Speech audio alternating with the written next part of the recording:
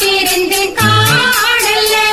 அட சாயங்காலமான பின்னும் சொந்த மூடி போன பின்னும் வீடு போய் சேர்ந்திடத்தான் தோடல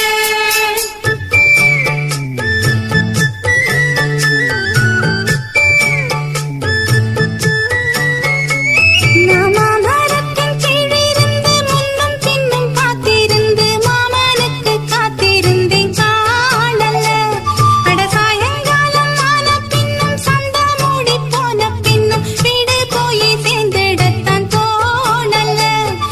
தெம்மாங்கு பாட்டை கேட்டு தென்காத்து ஓடி வந்து சூதாக போக வேணும் அக்கறையில